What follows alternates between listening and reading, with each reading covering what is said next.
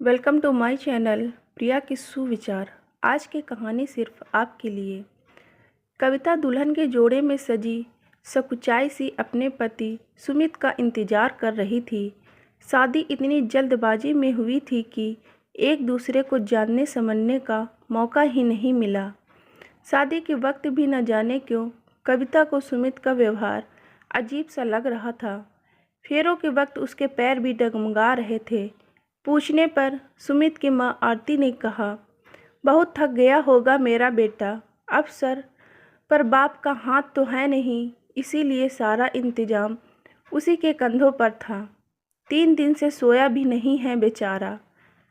कविता एक निम्न मध्यम वर्गीय परिवार की बेटी थी। जब अपने से ऊंचे घराने का रिश्ता खुद चलकर आया तो तुरंत हाँ कर दिया। बिना दहेज की मांग के तो एक गरीब पिता के सर का बोझ ही हल्का हो गया था।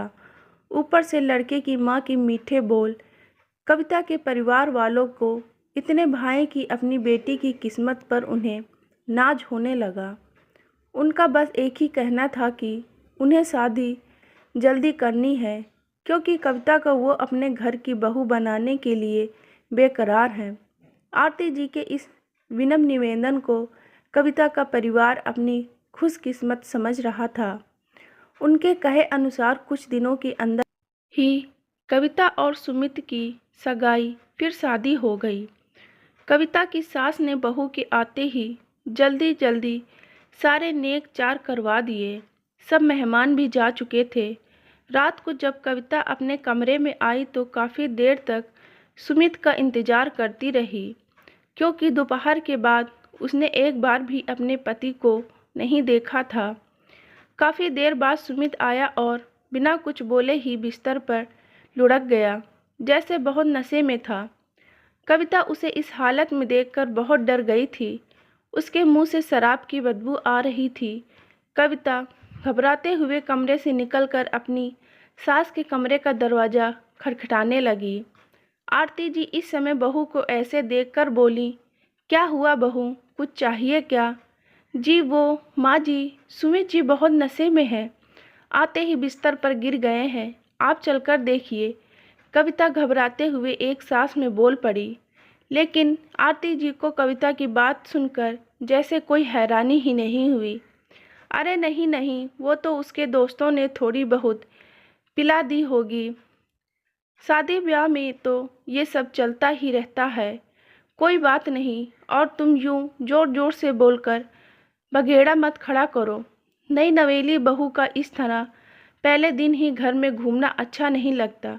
जाओ अपने कमरे में जाओ। सास की बात सुनकर कविता सन्न हो गई, लेकिन इस वक्त और कुछ न बोलते हुए वह चुपचाप कमरे में जाकर सोफे पर बैठ गई। लेकिन नींद उसकी आंखों से कोसों दूर थी। मन का झंझावात शांत ही नहीं हो रहा था। सुबह कविता नहा धोकर तैयार हो गई, लेकिन सुमित अभी तक बेसुध पड़ा था। कविता उसके लिए चाय लेकर गई और उसे उठाने की कोशिश करने लगी, लेकिन सुमित ने उसका हाथ झिड़कते हुए उसे धक्का दे दिया। 2-3 दिन हो गए थे, लेकिन सुमित का व्यवहार कविता के समझ में नहीं आ रहा था। सारा दिन घर पर पड़ा रहता और ना कोई काम करता, ना ही ढंग से बात ही करता था। हर रात नशे में चूर देर रात तक घर आता था। कविता आरती जी से कुछ कहती तो आरती जी कह देती, अरे अभी तो थका हुआ है, उसे आराम करने दे। कविता असमंजस में थी कि भला ये कैसी थकान है। शादी तो उसकी भी हुई है, लेकिन वो तो सुचारू रूप से सारे काम कर रही है। हफ्ता होने को आया तो कविता एक दिन बोली, काम पर नहीं जाएंगे क्या? कई दिन हो गए हैं, क्या कारोबार में कोई नुकसान नहीं होता? अब कविता की बात पर सुमित चिल्ला उठा, क्यों, तुझे कोई दिक्कत है कि मैं घर में हूँ, मेरे बाप का कमाया हुआ बहुत पैसा है, फिर मैं क्यों काम पर जाऊँ? बेटा बहू की बहस सुनकर आरती जी बीच में बोल पड़ी, बहू तुझे कोई खाने पीने की कमी है क्या, जो मेरे बेटे के पीछे पड़ी रहती हो। उसे काम करना होगा तो खुद कर लेगा और यदि नहीं करेगा तो कोई फ़र्क नहीं पड़ता। ये सब देख सुनकर कविता बहुत परेशान थी। एक रात तो वो घर ही नहीं आया तो कविता के सब्र का बांध टूट गया। माँ जी, ये सब क्या है? ना तो आपका बेटा कोई काम करता है और ना ही रात भर घर आता है। जब देखो तब नशे में धुत रहता है। क्या इसीलिए आप लोगों ने जल्दबाजी में शादी की थी? आपने हमें धोखा दिया है। बहू की बात सुनकर आरती जी झुंझला उठी। चुप कर बहू। अरे मेरा बेटा बड़े बाप की औलाद है। थोड़ी बहुत अय्याशी करता है तो कौन सी बड़ी बात हो गई? फिर अब उसकी पत्नी है तू, तुम्हारा फर्ज बनता है उसे संभालने का। पत्नी को अपने पति को वश में करना आना चाहिए।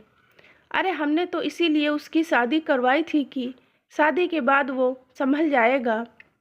लेकिन तुम सारा दिन हमारे सर पर चढ़ी रहती हो।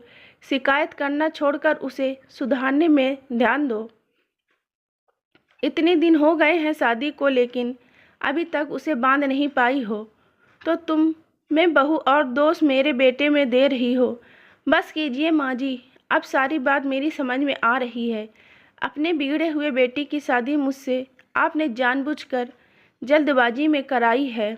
आपको पता था यदि भेद खुल गया तो कोई आपके यहाँ अपनी बेटी नहीं देगा। लेकिन माँ जी, हम गरीब जरूर हैं लेकिन बेगैरतमंद नहीं हैं। जिस बेटे को आप 25 साल तक नहीं सुधार सकी, बहू से उम्मीद करती हैं कि वो 5 दिन में ही आपके बेटे को सुधार दे। माफ़ कीजिए माँ जी, मैं कोई सुधारगर नहीं हूँ जहाँ आपके बेटे का इलाज हो जाएगा। अपने बिगड़े हुए बेटे का इलाज करवाना चाहिए, ना कि उसकी शादी। आपको कोई हक नहीं था मेरी ज़िंदगी बर्बाद करने का। हर लड़की की ख्वाहिश होती है कि उसे एक मेहनती और प्यार करने वाला पति मिले, ना कि पैसे वाला ससुराल। लेकिन अब भी देर नहीं हुई है। आज मेरे पिताजी मुझे लेने आ रहे हैं और मैं हमेशा के लिए जा रही हूँ। आपका बिगड़ा हुआ बेटा आपको मुबारक हो। कविता के पिता दरवाजे पर खड़े थे। कविता ने अपनी अटैची उठाई और बिना देर किए अपने पिता के साथ चली गई। आरती जी हाथ मलती रह गई। उन्होंने दाव तो चला था लेकिन वो भूल गई थी कि झूठ के सहारे ज़िंदगी नहीं चल सकती। पैसे के बल पर सम्मान तो खरीदा जा सकता है लेकिन रिश्ते और प्यार नहीं। दोस्तों, क्या कविता ने सही किया? अपनी प्रतिक्रिया ज़रूर दीजिएगा। आशा करती हूँ कि आपको वीडियो अच्छा लगा होगा। चैनल पर नए हो तो चैनल को सब्सक्राइब अवश्य करें। लाइक और कमेंट करना बिल्कुल न भूलें। धन्यवाद।